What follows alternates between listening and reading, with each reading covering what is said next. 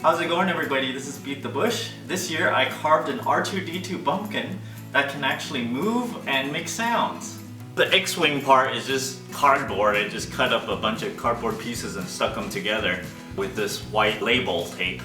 These tubes right here, they're from gift wrap tubes that are spent. These are gift wrap tubes also, and it's pretty straightforward. You just make it to look like it. I didn't make it to proportion because I didn't want it to be too big. Just enough to show that it's in an X-wing is enough. There's a nose over here. Bunch of electronics are inside, I'll show you that, and then it leads out here to more electronics in here. Basically, I'm gonna lift this up.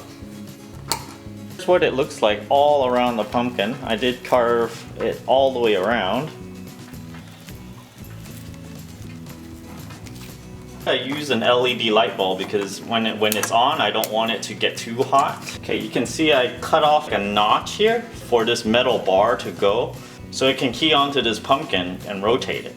I've also scraped it a lot in the inside, so when the light bulb is on, the light can shine through a bit better. I could have made this a bit thinner to make it brighter. Here's a bar that keys off the pumpkin. Cut it off to length, and I put some rubber band here so that it won't slip out of the pumpkin. It stops it from moving in and out like this.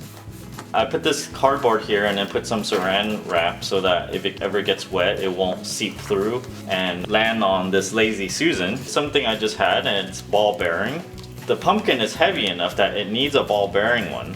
I actually tried using this plastic one just to hold your spices, and it was too heavy so that it was too much load for the servo. I put this cutting board here because it needs to be high enough. The pumpkin can protrude out of this box. So for this linkage, I just drilled a hole, put this thing through. It's just ball links for RC airplanes, so you connect it to an RC servo, and the linkage rod to cut it to whatever length you want. Put it in there, and then you got a joint. Over here, there's only 3 wires that connects the servo to the Arduino. The Arduino here is power, ground, and the signal, PWM signal. It's pretty easy to program in there. There's a predefined function in the Arduino. You just say, set it to 0 degrees, and then it goes there.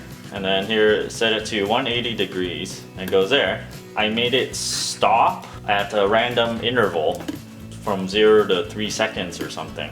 And so there's a small program. It's very tiny that just moves the servo. I had to put it in this high density foam thing because you need something to hold on to the servo.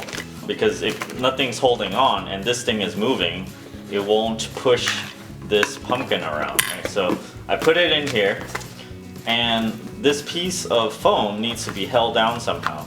So what's the easiest way? I just put some hot glue here to hold it on this board, and the pumpkin sitting here is heavy enough that it won't move anywhere other than turn, so that's okay, and that's how it's held down.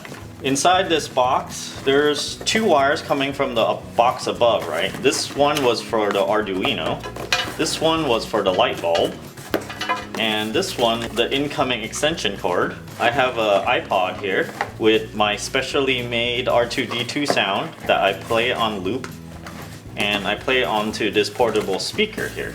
Both of these are connected to power. So that's all I have for you today. I hope this video helps you make future pumpkins that can move and make sounds too.